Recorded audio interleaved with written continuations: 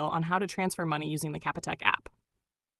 Title: How to transfer money using Capitec app. Quick tutorial.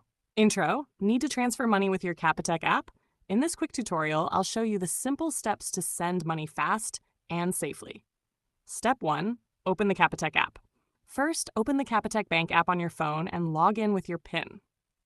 Step 2. Select Payments. On the home screen, tap on Payments to start your transfer.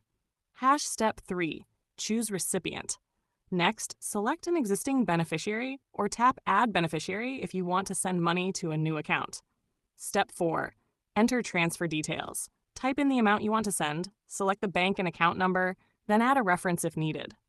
Step 5. Confirm payment. Finally, review the details and tap Pay. Enter your remote PIN to confirm, and your money will be sent instantly. Outro. And that's it.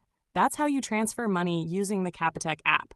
If you found this quick guide helpful, don't forget to like and subscribe for more banking tutorials.